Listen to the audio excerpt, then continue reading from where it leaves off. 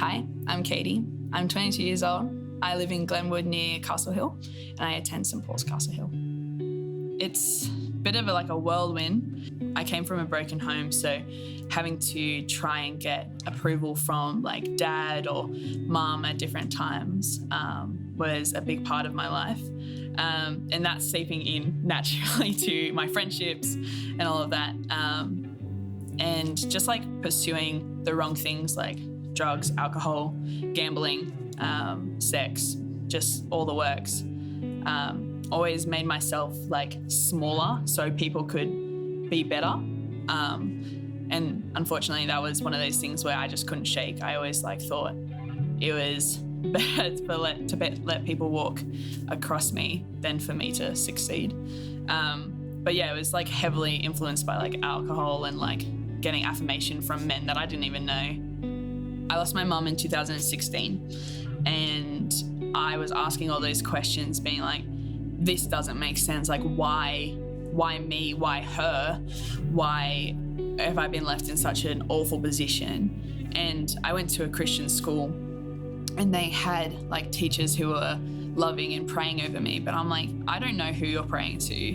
And this, I need practical help. I need people to be my parent, because I didn't have really my dad around, purely out of the fact that we didn't have a relationship that I wanted, and it was toxic. It was really hard. She was my everything. And having to come to terms with something that I love so much being taken away from me opened this massive wound in me that I couldn't not want to feel. It was one of those moments where I loved her, and I still do, with everything that I have. And I was trying so hard to put sex, money, alcohol, drugs into fulfilling that. But my friend, she was my best friend. She was a Christian and was do you mind if I pray for you? And so she asked if she could lay her hands on me and prayed for me. And after my whole time of having lost my mum, and this was only probably 2 months after, she prayed for me and I had felt this weird peace, and I just felt calmer. I just felt I could breathe for a minute, and the crying stopped. And it wasn't the sadness had stopped. The grief was still there, but the pain had slowly seeped out. Then she plucked up the courage and said, hey, do you want to come to church this Sunday? Me and my boyfriend are going. We don't have to go if you don't want to. And I was oh no, you guys are already going. It's fine, I'll come. So I was just along for the ride.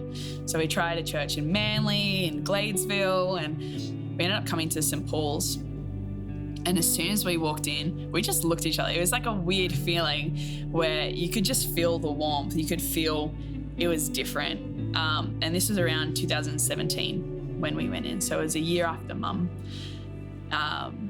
And we sat there and instantly people were oh, hi, what's your name? I was I'm Katie. If God is who he says he is, if this Jesus bloke is 100% real, why not? And so that night I committed my life to Christ and we stood up to worship. I turned around, I was guys, I'm a Christian. And they're woo! And I was just okay, I want more excitement. But once again, it was about God. And it was a great moment for me because I was weeping in worship. My arms were lifted high. I was sobbing. And then afterwards, everyone's you okay? I'm I just love God. And I was having the best time. St. Paul's just became my home. And then I committed my life and I was just I am not leaving. But purely because it was so based around God. I think it took me a while to realize what that homeliness was and what that warmth was walking into church. It was because Jesus was there. I've come from a past where hopelessness was the title of my book. It was everything that I knew. It was the only thing I knew. And I had no answers. But once I got to the chapter about Jesus, hope was there.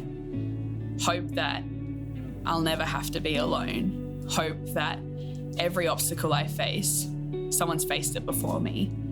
The hope that I have a good Father who loves me and cares for me, and I will always be his child. I will always be his kid who he loves. He'll pick up and spin and hug and just like be so happy and so loving. The hope that I have that the world's problems do have an end. Like the hope that I have that restoration's coming.